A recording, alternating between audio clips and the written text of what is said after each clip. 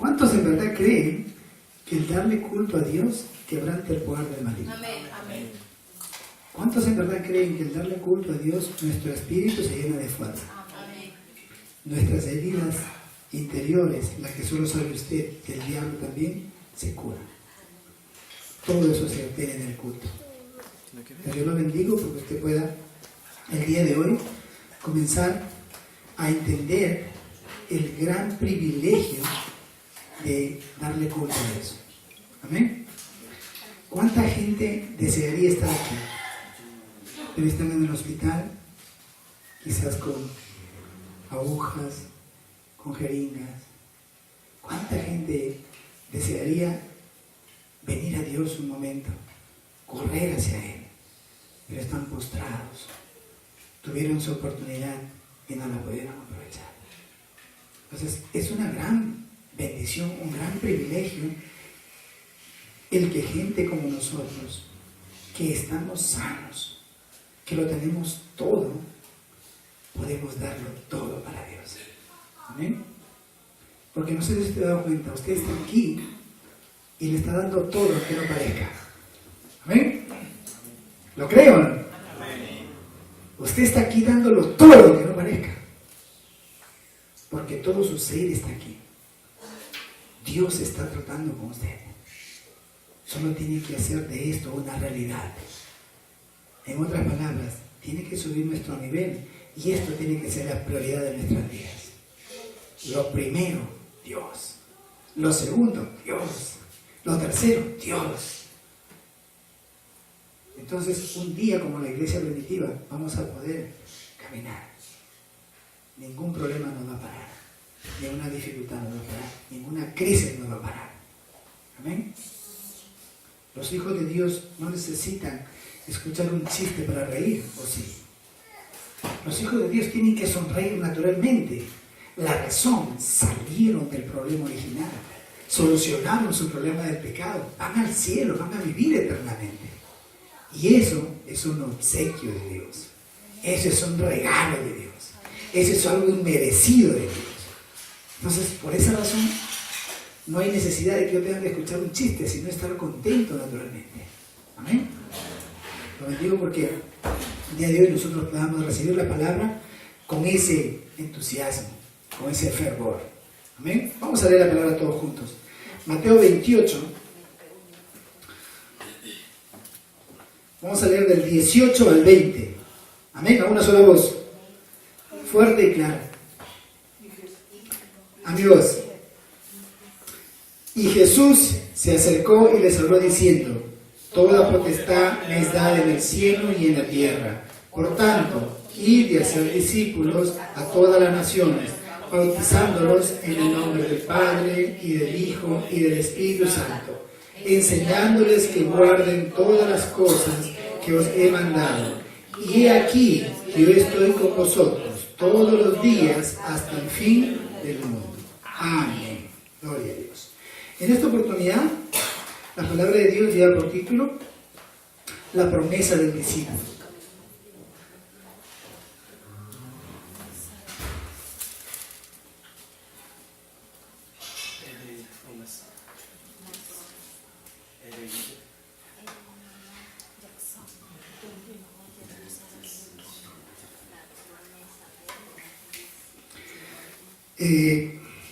Jesús,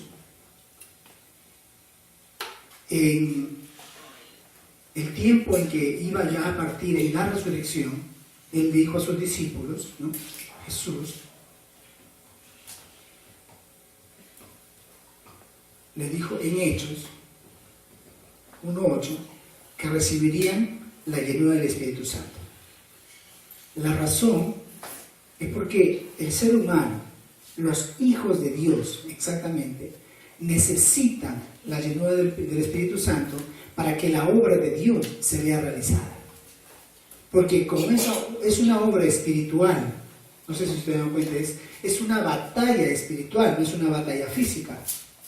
Pablo, que entendió, él dijo: nuestra batalla no es con carne ni sangre, sino contra los espíritus, contra las huestes celestiales. Estaba hablando del mundo espiritual. Entonces, Jesús le dijo a sus discípulos que iban a recibir el llenura del Espíritu Santo para que el plan de Dios se pueda cumplir. Entonces yo lo bendigo porque usted pueda el día de hoy entender este gran misterio. A través de la palabra de Dios, a través del culto a Dios, a través del mensaje, a través de la oración, nosotros recibimos la llenura del Espíritu Santo. ¿Cuánto lo creen? Amén. Entonces, esa es que nuestra vida diariamente pueda tener victoria. Porque no sé si se dan cuenta, cada día es una batalla, ¿no es así? En el mundo espiritual, cada día es una batalla. Y muchas veces la batalla es conmigo mismo. Muchas veces yo no me puedo vencer a mí mismo. Por esa razón que no me queda otra cosa que sufrir. Necesito ser lleno del Espíritu Santo. Necesito tener el poder de Dios. Si no, voy camino al fracaso. Y con el sello del Espíritu Santo, y con el sello del creyente, con el sello del Hijo de Dios, pero voy camino al fracaso. Por eso automáticamente necesito la llenura del Espíritu Santo. Jesús lo prometió porque sabe que era vital. ¿Sabe lo que hicieron los discípulos? Ellos esperaron esta promesa en Hechos 1:14. ¿Cómo la esperaron? La esperaron en oración. Ellos se juntaron y esperaron esta promesa orando a Dios. Le creyeron a Dios. Los discípulos que han sido llamados, Dios ya le ha dado ese don especial de poder creer en Él. ¿Amén? Por eso no se dan cuenta, ¿por qué están aquí? Por la fe, ¿sí? Por creer en Él. ¿Quién le ha puesto eso? ¿Quién le ha puesto eso? Lo ha puesto Dios mismo. Ese es el don especial que Dios nos ha dado. Porque sin fe, dice la palabra de Dios, es imposible agradar a Dios. Por eso de que Él nos ha regalado la fe, para poder creer en Él. Y los discípulos nos pudieron dejar ese ejemplo. ¿Cómo esperaron? En fe, orando a Dios. Por eso nosotros todas las cosas que necesitemos, todas las cosas que deseemos, todas las cosas que le pidamos a nuestro Dios, debemos de siempre esperar. Y esperar en oración. ¿Ven? ¿Qué pasó cuando vino el Espíritu Santo? Entonces, ellos cuando vino el Espíritu Santo, en el libro de Hechos, del 1 al 13, libro de Hechos, capítulo 2, del 1 al 13, vino el Espíritu Santo. Y al venir el Espíritu Santo a ellos, sus vidas cambiaron completamente. La razón, el poder del cielo y de la tierra venía de ellos. El poder de Dios mismo que hace que todas las cosas imposibles sean posibles, estaba en ellos. Por esa razón, el primer mensaje de un hombre del vulgo, de un hombre sin conocimiento, sin educación, como era Pedro, disculpen, su primer mensaje, él pudo llevar a las filas del Señor 3,000 personas. ¿Quién lo predicó? Alguien que era temeroso, alguien que tenía temor, alguien que era quizás no letrado. Porque usted sabe muy bien, Pedro fue el que negó a Jesús, ¿se acuerda? Salió corriendo. Este hombre era un hombre del vulgo, dice la palabra de Dios, era un poco vulgar, era un poco falto de conocimiento. Pero cuando el Espíritu Santo llegó a ellos, sus vidas cambiaron completamente. ¿Cuánto creen que eso puede suceder con los hijos de Dios? Eso va a suceder, tiene que suceder. Amén.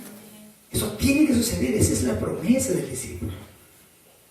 Yo voy a hacer lo que Dios quiere gracias al poder de Dios. Amén. Yo no puedo hacerlo con mis fuerzas, tengo límites.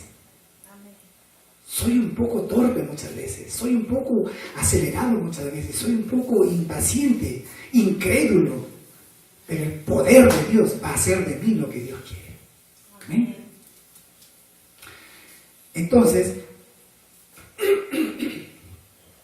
cuando ellos recibieron este poder, lo que pasó es que ellos conquistaron esa era. ¿Cómo la conquistaron? En todo lugar donde iban predicaban que Jesús era el Cristo. ¿Y qué pasaba? ¿Cuál era la clave para conquistar? Es que donde quiera que ellos iban, levantaban discípulos. Esa era la clave. Los bendigo porque usted puede entender. La corriente de la palabra es sencilla. Si nosotros lo podemos ver, es porque Dios está con nosotros. Amén. Esto es el mundo espiritual. Esto es la batalla espiritual. El estar aquí, ya estamos ganando. Amén. El estar aquí, ya el poder de las tinieblas está siendo destruida. El estar aquí, todo el poder del futuro que quiere trabajar en contra de mí, está siendo destruido. Que quiere trabajar en contra de mis hijos, en contra de mi familia, está siendo destruido. Amén. Por esa razón, es que nuestros hermanos de la iglesia primitiva nunca fracasaron, más al contrario, ellos pudieron conquistar en todo momento.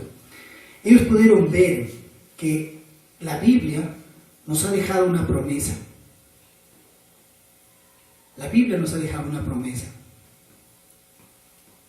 Ellos pudieron ver claramente. Lo primero es que ellos pudieron ver en la Biblia el problema.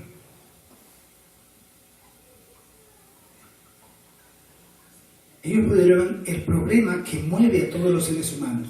El problema que hace que los seres humanos naturalmente queden esclavos al pecado. Queden expuestos al peligro, a la maldición, al desastre y un día caen en el infierno. Ellos lo pudieron ver. Por eso es que nada de lo que venía a sus vidas no los movía. Porque sabían muy bien de dónde venía. ¿Amén? Ellos sabían muy bien cuando los problemas llegaban, sabían de dónde venía. Si alguien se levantaba en contra de ellos, sabían de dónde venía. El causante, el problema original de la humanidad. ¿Cuándo se dio eso? En Génesis 3, del 1 al 6. ¿Qué pasó aquí? El hombre ha caído en pecado. Y por el pecado ha entrado la muerte espiritual. Esto lo vemos en Romanos 6, 23. Por este pecado, toda la humanidad está separada de Dios. Porque Jesús mismo lo dijo en Juan 14, 18, no os dejaré huérfanos. Y definitivamente todos han caído en manos del diablo. Por eso que Jesús mismo también nos dijo en Juan 8, 44, vosotros sois de vuestro padre, el diablo. Esto es lo que vieron ellos. Ellos vieron este problema. Por esa razón es que naturalmente pudieron entender la promesa. Solo viendo este problema podemos ver la promesa de Dios. Ellos vieron Génesis 3:15, la simiente de la mujer. Era la promesa para quebrantar el poder de Satanás. Era la promesa que Dios estaba estableciendo para hacer que todas las cosas vuelvan a ser reconciliadas. Por eso que en Colosenses 1, del 16 en adelante, nos dice que Jesús ha reconciliado todas las cosas que están en el cielo y están en la tierra. Amén. Con su sangre, con el sacrificio de su sangre. Esa es la promesa que la Biblia nos muestra. Luego nos dice en Génesis 6, 14, nos dice el arca. Nos habla del arca, otra promesa que está conectada a la solución del problema original. ¿Qué significa el arca? Significa que la salvación viene de Dios. Yo no puedo obtener la salvación por mi propia cuenta. Yo no puedo salvar a alguien porque de repente tengo mucha influencia o tengo mucho dinero. Hoy día leímos el Salmos 49. Dice que el valor de un ser humano es demasiado grande que no puede alcanzar a pagarlo. La razón es porque es espiritual. Amén. Entonces, la salvación vendría, la promesa de la salvación vendría solo por la gracia de Dios. Por eso es que Pablo, que entendió esto, él dijo en Efesios 2:8, por gracia somos salvos. Es un regalo de Dios. Y luego, en Éxodo 3:18, nos habla del sacrificio de la sangre. ¿Cuál es la promesa? Que solo a través de la sangre nosotros podemos ser libres del pecado y la maldición. Mire, solo se soluciona el problema de la humanidad con sangre. Este problema original se soluciona con el derramamiento de la sangre. Y no podía ser de un animal, porque nosotros no somos animales, sino que era el camino, era el ejemplo que Dios estaba dejando en el ser humano para que entienda, tiene que venir un ser santo. Un ser humano tiene que venir, pero no podía ser creado de un hombre. Por esa razón es que en Isaías 7:14 nos dice que la Virgen concebirá y dará a luz un hijo. ¿Dónde se ha visto que una virgen puede dar a luz? Es algo inconcebible. Científicamente no se puede. ¿Amén? No se puede. ¿Qué significa esto? Que si iba a ser un acto sobrenatural. Es decir, Dios mismo vendría por sus hijos. ¿Amén? Y esto lo vemos en Mateo 1:23. ¿Qué significa, Emmanuel? Dios con nosotros. Es decir, Dios mismo viniendo a este mundo. Y en Mateo 16 nos confirma quién vendría. Mateo 16, Pedro nos dice, Jesús, tú eres el Cristo, el Hijo del Dios viviente. Y en Juan 19:30, este Jesús nos dice en la cruz, consumado es. Él en la cruz acabó con todo el problema que la humanidad no puede solucionar. Y en Juan 20:1 dice que este Jesús resucita. Esa es la gran diferencia entre un ser humano y un hijo de Dios. En aquel tiempo todos los seres humanos, hasta ahora disculpen, todos los seres humanos morían y nunca podían resucitar. Entonces, Satanás, que sabía muy bien esto, él al ver a Jesús que estaba siendo crucificado y que iba a morir, estaba contento. Porque pensaba que era un ser humano más, común y corriente. Cuando resucita se da cuenta que no era cualquier ser humano, era Dios mismo. Por esa razón que en Hebreos 2:14 en adelante, dice que cuando Él resucita, destruye todo el poder que tenía Satanás sobre la muerte. El imperio y el poder de la muerte que está en manos de Satanás fue destruido por Jesús. Amén. Por eso, a partir de ese momento, por eso que la palabra de Dios dice que Jesús es el primero de los resucitados, el primogénito de la resurrección. Entonces, todos podemos resucitar cuando tomamos la fe de Él. Esa era la promesa. Eso lo vieron ellos. ¿Quién es esa promesa? ¿Quién es esa promesa? Esa promesa se llama Cristo. ¿Qué ha hecho Cristo? Cristo ha venido como el profeta, como el sacerdote. En Romanos 8:2 dice de que la ley de vida, la ley del Espíritu de vida en Cristo Jesús me ha librado de la ley del pecado y de la muerte. Esto ha sido solucionado por Jesucristo. Esta es la promesa que ellos vieron en la Biblia. Por eso es que nada los pudo mover. El mundo espiritual se estaba abriendo ante sus ojos. La victoria del mundo espiritual estaba abriéndose a sus ojos. Por eso donde quiera que ellos iban, solo predicaban que Jesús era el Cristo. Y bajo esa predicación, todo el mundo que llegaba a ese lugar o se encontraba con ellos, era sanado. Mira, al punto. Felipe va a la ciudad de Samaria y simplemente como si estuviésemos aquí, comienza a predicar que Jesús es el Cristo. Dice la palabra de Dios que la gente que estaba ahí, que estaban endemoniados, muchos gritaban, muchos se sanaban, cojos, paralíticos se sanan naturalmente a la palabra de Jesús, quien es el Cristo. ¿Se dan cuenta? Entonces, esta promesa es la que nuestros hermanos de la iglesia primitiva pudieron disfrutar. En Juan 14:6 nos dice que Él ha venido como el profeta para destruir, para solucionar el problema de la separación. Jesús dijo, yo soy el camino, la verdad y la vida. Jesús nos ha acercado a Dios. Y esa es la promesa más hermosa. Jesús mismo es el camino. No tenemos que buscar. Mire, el mundo necesita siempre buscando una verdad. Están buscando la vida.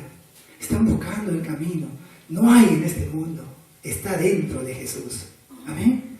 Él es la vida que necesitamos. Él es la verdad que necesitamos. Él es el único camino. Por eso es que Él encerró todo con estas palabras diciendo: nadie viene al Padre si no es por mí. Amén. Y Él ha venido como el Rey. En Primera de Juan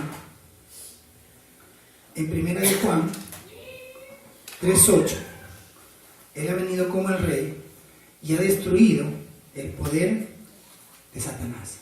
Dice Primera de Juan 3:8 de que Jesús ha venido para deshacer las obras del diablo. Dígame, yo le pregunto, si esto lo partimos por la mitad, ¿quedará deshecho? ¿Qué piensa? ¿Quedará destruido? ¿Qué piensa Paulita? Si lo partimos por la mitad, ¿quedará destruido? Se transforma. No, se transforma, cambia de... La materia no se destruye, solo se transforma. Ok, para que sea destruido, ¿qué tenemos que hacer? Quemarlo, agarrarlo a no destruir, hacer que no sirva, que no pinte, ¿no? ¿Se dan cuenta? A eso ha venido Jesús. No ha venido a matar, no ha venido a desaparecer al diablo, ha venido a destruir sus obras. ¿Y cuáles son las obras de Satanás? La maldición, el infierno, el fracaso, la muerte. Eso ha venido a solucionar Jesús. Amén. Esa es la promesa que nuestros hermanos de la iglesia primitiva pudieron entender. Yo lo bendigo porque usted pueda entender este gran misterio y pueda disfrutar esta semana entendiendo. Los discípulos han sido llamados para entender la promesa de Dios y para disfrutar dentro de ella. Mira, solo la promesa de Dios es para los hijos de Dios. Amén. Todas las promesas son para los hijos de Dios. ¿Hay alguna promesa para el pecador? Dígame. ¿Alguna promesa para el pecador? No hay ninguna promesa, solo el infierno. ¿Qué dice Hebreos 9:27? Que está ya determinado que el hombre vive una sola vez y luego que el hombre muera una sola vez y luego venga ¿qué? El juicio, nada más. Ya no te queda otra. Así que por eso que los discípulos tienen la promesa del cielo. Los discípulos tienen la promesa de que el poder del maligno ha sido destruido al nombre de Jesucristo. Amén. Lo segundo es que dentro de la Biblia nosotros vemos la promesa que Cristo nos ha dejado. La promesa de Cristo. ¿Cuál es la promesa de Cristo? La primera promesa es que nos ha dicho que el poder y la autoridad, dice, ¿no? Esto del cielo y de la tierra está con Él. Y ese poder del cielo y de la tierra está con nosotros, ¿o no? ¿Amén? ¿Por qué razón? Porque Jesús está con nosotros. Entonces, Él luego nos ha dicho, la segunda promesa, que nosotros vayamos a ir y a ser discípulos. Esto significa que ahora mi vida espiritual tiene una razón para poder existir. ¿Amén?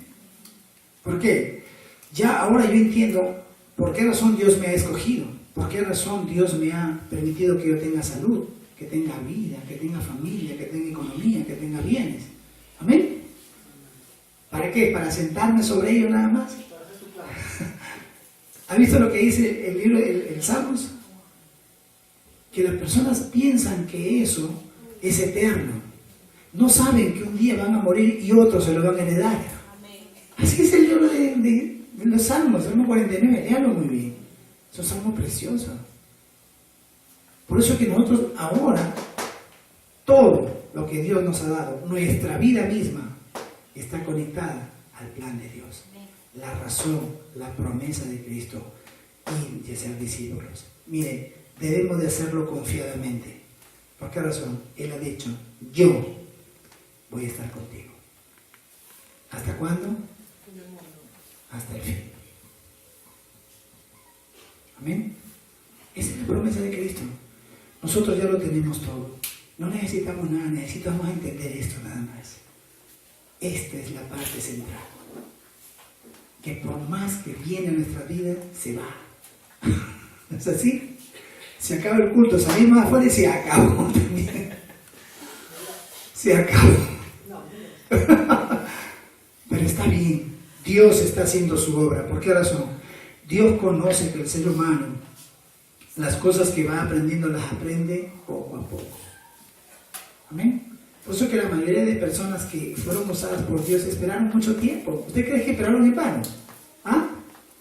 ¿Usted cree que Moisés esperó 40 años en el desierto en vano? A los 80 años Dios lo hizo, lo utilizó. A Abraham a los 25 años le vino la respuesta. A José, 12 años casi. La razón, Dios quiere que entendamos, ¿no?, la razón de nuestro existir. Dios quiere que confiemos, Dios está con nosotros. Por eso que David tranquilamente puede decir, el bien y la misericordia me seguirán todos los días de mi vida. David puede decir confiadamente, aunque ande en valle de sombra de muerte, tú estarás conmigo, yo no temeré. Amén.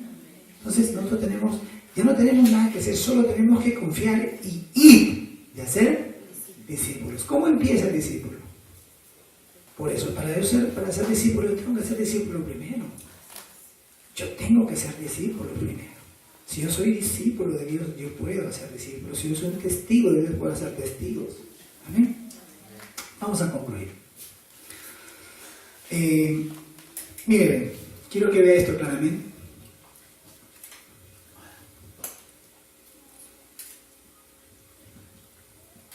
Génesis 1:1 dice que Dios es el creador del cielo y de la tierra.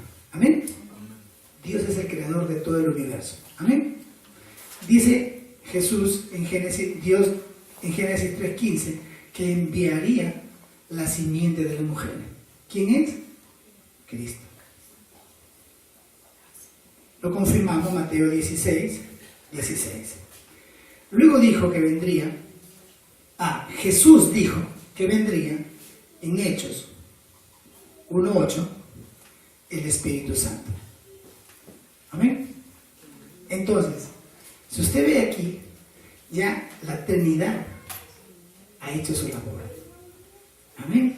Todas las promesas, por eso nos gusta la promesa del discípulo, ya todas las promesas de nuestro Creador se han dado. Dios, que ha creado todas las cosas, nos prometió en el problema que vino para la humanidad restaurar a sus hijos y envió a Cristo. ¿Lo ha cumplido? Esa promesa ha sido cumplida. Amén. Cristo dijo, es necesario que seas investido de poder.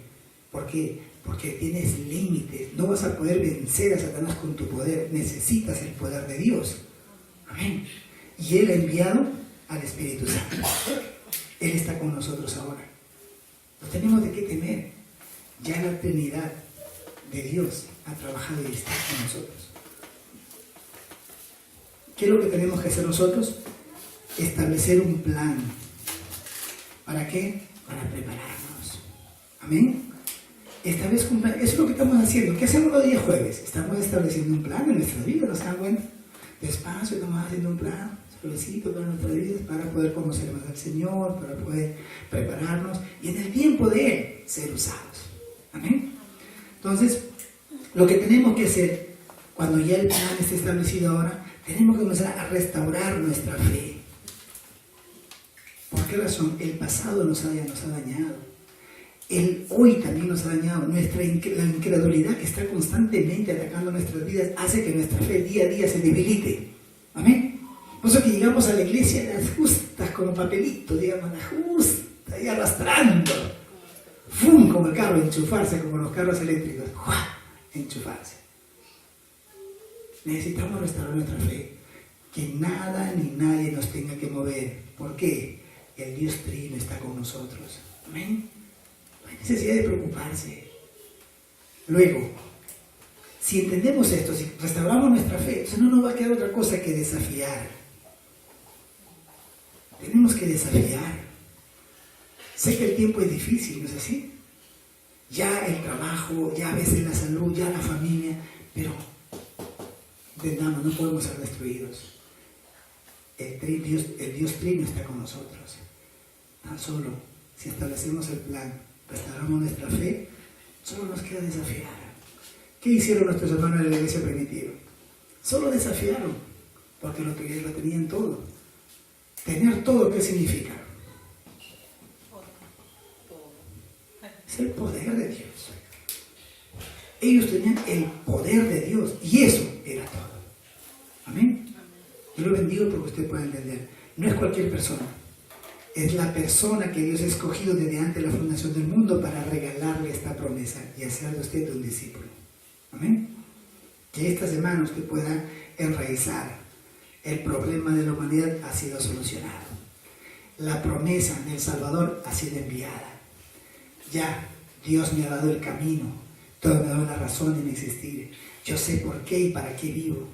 Mi misión, los discípulos. Ahora, entiende, el Dios Trino ya está conmigo. Él ha cumplido todas sus promesas.